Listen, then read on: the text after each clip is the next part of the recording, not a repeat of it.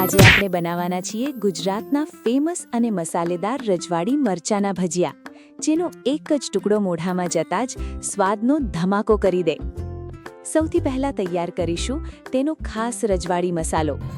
શેકેલા ચણા, ધાણા, જીરું, મરચું અને જરૂરી મસાલાઓને ખાંડણીમાં નાખીને સરસ રીતે કૂટી લઈશું, જેથી મસાલાની સુગંધ ચારે બાજુ ફેલાઈ જાય. હવે આ મસાલામાં થોડું તેલ ઉમેરીને તેને સારી રીતે મિક્સ કરીશું. પછી મોટા મરચાંને વચ્ચેથી કાપીને તેમાં આ સ્વાદિષ્ટ મસાલો ભરી દઈશું. મરચી સ્વાદસાર. સાથે સાથે તૈયાર કરીશું ક્રિસ્પી બટાકાની ચિપ્સ. પાતળી અને સરખી કાપેલી બટાકાની સ્લાઇસ ભજીયાને આપશે એકદમ ખમણો સ્વાદ. બટાકા ક્રિસ્પીનેસ. હવે કઢાઈમાં તેલ ગરમ થશે. બટાકાના ચીપના ભજીયા બનાવવાના છે ને તો બહુ પતલું નહીં બનાવવાનું, બસ આ રીતે બનાવવાનું. જો બહુ પતલું બતાવે ને તો અંદર ચટણી ઘૂઘરીઓ પડી જશે અંદર, બરાબર? એટલે આ રીતે જ બનાવજો. એટલે ફટ દઈને તમારે કેવું મસ્ત ભજીયું બની જાય છે ને. બંને ખીરા અલગ અલગ બનાવ્યા છે, કારણ કે આ બટાકાનું ખીરું છે ને એ પતલીવાળા બટાકા બનાવવાના છે, એટલે તેના માટે આવું છે જાડું રાખવાનું. બહુ ઢીલું કરીએ તો તરતી વખતે અંદર બધા કણ બધા પડી જશે લોટના ખીરાના, બરાબર? મેં ચણાનો લોટ અડધો કલાક મોર મેં પલાળી રાખ્યો છે, કારણ કે ભજીયા બહુ સરસ થાય, પોચા થાય અને લોટ આપણો બધો કમ્પ્લીટ થઈ જાય. આ ખીરામાંથી આપણે 3 જાતના ભજીયા બનાવવાના છે.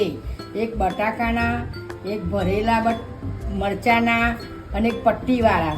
3 જાતના ભજીયા બનાવવાના છે. આમાંથી આપણે જાડું ખીરું કાઢી લેવાનું છે, કારણ કે તેનાથી આપણે બટાકાના અને ભરેલા મરચાંના બનાવવાના છે. અંદર મૂકી દેવાની એટલે ધીમે ધીમે શરૂઆત થાય, બરોબર છે? જો કેવા મસ્ત બન્યા છે. જો અંદર કંઈ ઘૂઘરી બુઘરી પડતી નહીં ચણાની લોટની. અને આ રીતે ભજીયા આપણે તરવાના. જુઓ આપણા કેવા ભજીયા જુઓ ફૂલવા મોટા ચીકના. બસ આ રીતે આપણે બનાવવાના.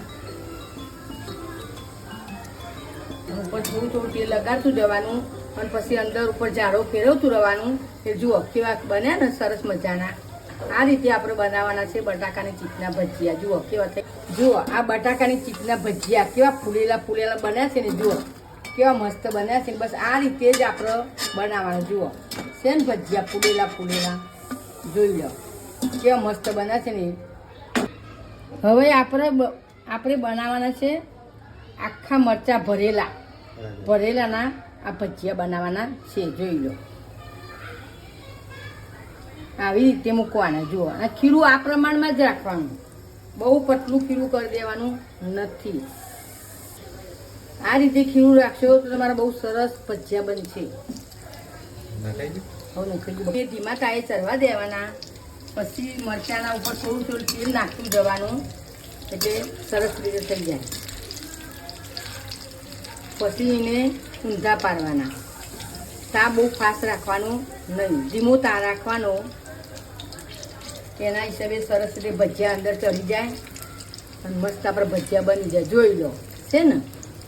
હવે જુઓ આપણા કેવા મસ્ત જુઓ આ મરચાંના ભજીયા બની ગયા સરસ. જોઈ લો તમે કેટલા મસ્ત બન્યા, કેટલા સુંદર બન્યા. તમે જોઈ લો કેટલા ફૂલેલા છે ને. જોઈ લો ખાવાનું પણ મન થઈ જાય.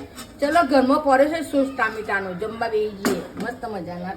શરૂઆત કરવાની છે. આ પટ્ટીવાળા મરચાં છે ને એ આ મોરા લેવાના. આ રીતે જ આપણે કાપા પાડવાના, 4 નહીં પાડવાના, ડબલ જ પાડી દેવાના. અને આ જે ખીરું બનાવ્યું છે એ જ ખીરાની અંદર નાખી અને આપણે બનાવવાના છે.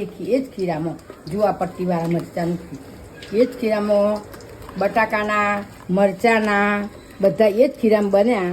અને બાકીનું જાડું ખીરું રાખ્યું છે એના માટે મેથીના અને ડુંગળીના બનાવવાના છે, બરાબર? આ રીતે બનાવશો તમારે બધા ભજીયા સરસ રીતે થશે. અને 2 જાતના ખીરા તમારે બનાવવાના. તો મેં 3 જાતના ભજીયા બનાવ્યા છે ને. તો આ બટાકાના બનાવ્યા છે. જોઈ લો તમે આ બટાકાના કેટલા મસ્ત ફૂલી થઈ ગયા, સરસ રીતે બની ગયા. અને આખા મરચાં ભર્યા છે, રજવાડી મરચાં બનાવ્યા છે, બરાબર? એમાં ચવાણું બવાણું ભણી લીંબુ બધું નાખ્યું, મીઠાશ પણ આપણે જોઈતું એ પ્રમાણે નાખી અને મેં આખા મરચાં ભરેલા છે રજવાડી, બરાબર? અને પટ્ટીવાળા મસાલાવાળા મેં બનાવેલા છે. આ ભજીયા પટ્ટીવાળા કેટલા મસ્ત બનેલા છે.